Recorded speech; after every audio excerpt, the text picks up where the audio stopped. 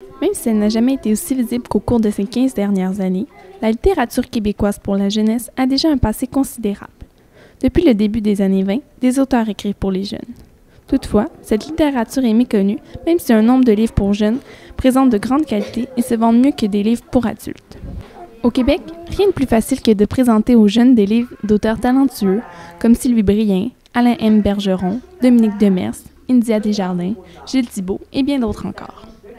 Il n'y a donc aucune raison pour que les jeunes ne trouvent pas plaisir dans la lecture. Au cours des dernières années, des recherches universitaires ont démontré que la lecture joue un rôle essentiel et constitue une clé importante de la réussite scolaire. C'est pourquoi plusieurs activités sont organisées dans les écoles et les bibliothèques du Québec. On organise des dîners littéraires, on consacre des moments privilégiés à la lecture, par exemple un après-midi par mois.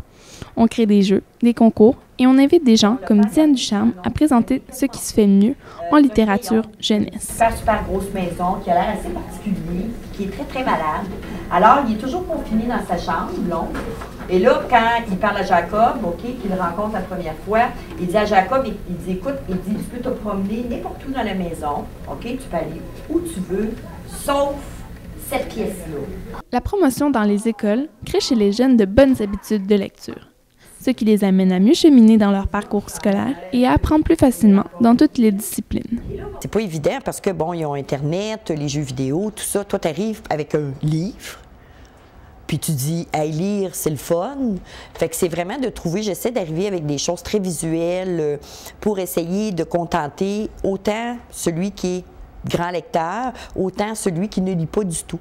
Et souvent, je vais dire aux jeunes, écoute, moi, mon but, c'est pas que tu sortes après puis que tu dises, ah mon Dieu Seigneur, j'ai le goût de lire une grosse brique. Non, c'est tout simplement que le jeune se dise, hey, il y a au moins un livre dans la présentation que j'ai le goût de voir un petit peu plus. Les statistiques au Québec parlent d'eux-mêmes. Près de 5 à 15 % des enfants d'âge scolaire présentent un retard de lecture important. Pourtant, les interventions les plus efficaces auprès des jeunes sont parfois les plus simples. Ne serait-ce que de lire devant eux, leur faire la lecture à haute voix, même lorsqu'ils sont capables de lecture autonome, discuter des livres qu'ils aiment, leur parler des livres qu'on aime, fréquenter les bibliothèques et les salons du livre ne serait que bénéfique pour eux. Pour les tout-petits, la lecture se doit d'être un moment magique, habité par une voix rassurante qui raconte des histoires merveilleuses et qui ouvre les portes de l'imaginaire.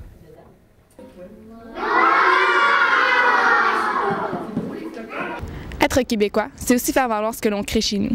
Notre littérature jeunesse, contrairement à ce qu'on peut le croire, est d'une richesse incroyable.